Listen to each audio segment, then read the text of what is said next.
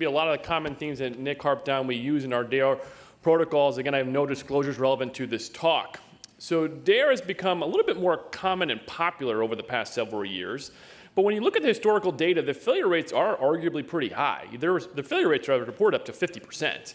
And initially, some of the early data suggested that if you did a DAIR and it failed, well, that also would jeopardize your bailout option, which is your two-stage. And so there have been multiple studies that were published historically on that, with some recent data maybe questioning that, but there's been a lot of concerns regarding DAIR. And there's things regarding timing. How soon can you wait to do the DAIR? Does the organism matter? Does staph matter? VRE, should we be doing DAIRs in those patients that have those bugs? Should be waiting for cultures. But I think the real key for this talk is I do think technique matters. So what are my indications for a DAIR? I do it for an acute postoperative infection or acute hematogenous periprosthetic joint infection. There definitely is some controversy regarding the duration of symptoms. I really want them ideally less than 3 weeks, and I want to get to them as soon as possible is ideal.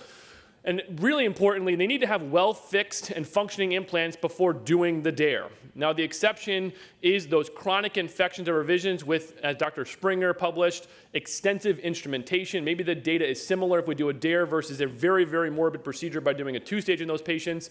But again, it's in a very limited population.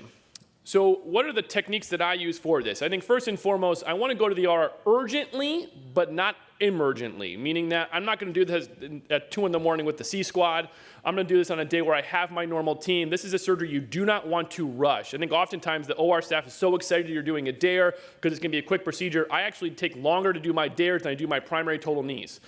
And for me, I do a double setup. I have a clean side and a dirty side. So I start with all dirty instrumentation first. We then all re-prep